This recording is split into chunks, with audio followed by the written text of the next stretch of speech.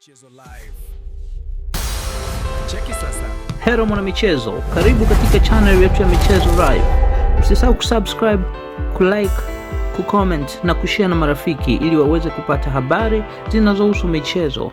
Mshambuliaji wa Simba Anicet Oura ameomba ushirikiano mkubwa ndani ya kikosi cha timu hiyo ili waweze kuendelea kufanya vizuri na kuisaidia timu kupata matokeo chanya katika kila mechi wanayocheza msimu huu.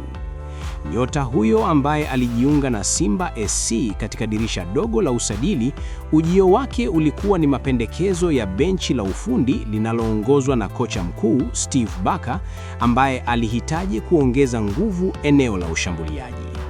Tangu ajiunge na timu hiyo, Oura tayari ameonyesha mchango wake kwa kufunga mabao mawili katika michuano ya Ligi ya Mabingwa Afrika.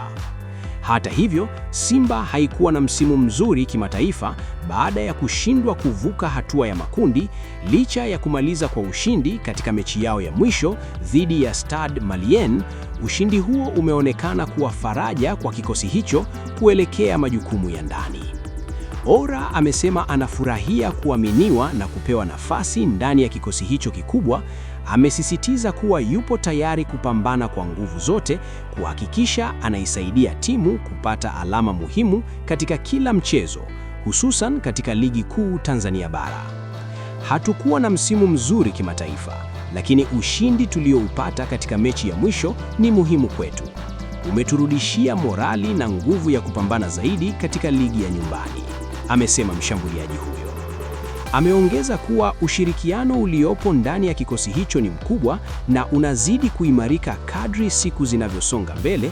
Wachezaji wapya wameanza kuzoea mfumo na kujenga uelewano mzuri na wale waliokuwepo awali, jambo linalompa matumaini makubwa ya kuona Simba ikirejea katika ubora wake na kufanya vizuri katika mechi zijazo.